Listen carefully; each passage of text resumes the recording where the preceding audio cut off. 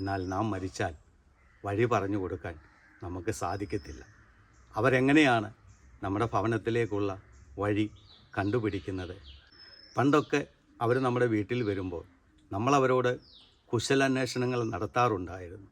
ജീവിതത്തിൽ നമുക്കെല്ലാം അറിയാവുന്ന ഒരു സത്യമുണ്ട്.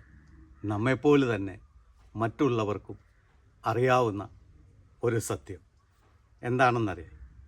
നമ്മൾ ഒരിക്കൽ മരിക്കുമെന്നുള്ള സത്യം. നാം മരിച്ചു കഴിയുമ്പോൾ നമ്മെ കാണാൻ അനേക ആയിരങ്ങൾ കടന്നു വരും. നമുക്ക് പരിചയമുള്ളവരും നമുക്ക് പരിചയമില്ലാത്തവരും. മുമ്പൊക്കെ അവർ നമ്മളെ കാണാൻ വരുമ്പോൾ നമ്മൾ അവർക്ക് വഴി പറഞ്ഞു കൊടുക്കുമായിരുന്നു. അല്ലെങ്കിൽ നമ്മൾ വഴിയിൽ പോയി നിന്ന് ഇതിലേ വാ, ഇതാണ് എൻ്റെ വീടെന്ന് നമ്മളവരോട് പറഞ്ഞു കൊടുക്കുമായിരുന്നു. എന്നാൽ നാം മരിച്ചാൽ വഴി പറഞ്ഞു കൊടുക്കാൻ നമുക്ക് സാധിക്കത്തില്ല. അവരെങ്ങനെയാണ് നമ്മുടെ ഭവനത്തിലേക്കുള്ള വഴി കണ്ടുപിടിക്കുന്നത്?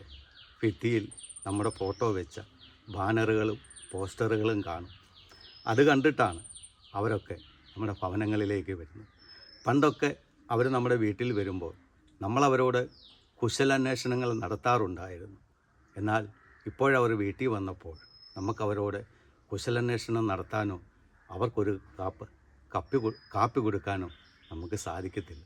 ആരൊക്കെ വന്നു ആരൊക്കെ വരാതിരുന്നു എന്ന് നമ്മളോട്ട് അറിയുന്നുമില്ല.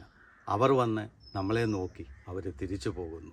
അവരെന്തു പറയുന്നു എന്തു പറയാതിരുന്നു എന്ന് നമ്മൾ ഒരിക്കലും അറിയുന്നുമില്ല.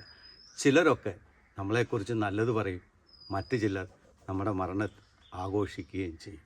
സ്നേഹമുള്ളവരെ, ജീവിതത്തിൽ ഈ ലോകത്ത് എന്തെല്ലാം നേടിയാലും എല്ലാം ഇട്ടിട്ട് ഈ ഭൂമിയിൽ നിന്ന് പോകാനുള്ളവരാണ് നമ്മൾ ഓരോരുത്തരും. നാം ചിന്തിക്കും നമ്മൾ മരിച്ചാൽ വലിയ നഷ്ടങ്ങളുണ്ടാകുമെന്ന്. ഒരിക്കലുമില്ല.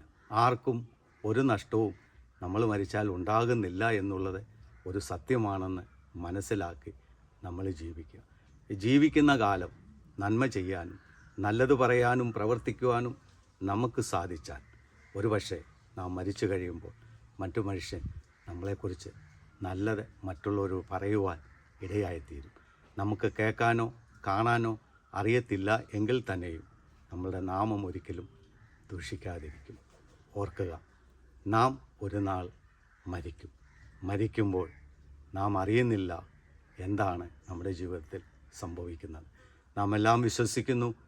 നാം ചെയ്യുന്ന സൽക്കർമ്മം അത് നമ്മളെ ദൈവസന്നിധിയിൽ എത്തിക്കുമെന്നുള്ള വിശ്വാസമാണ് നന്മ ചെയ്യാൻ നമ്മളെ ഓരോരുത്തരെയും പ്രേരിപ്പിക്കുന്നത്. അങ്ങനെയെങ്കിൽ നന്മ ചെയ്യുക.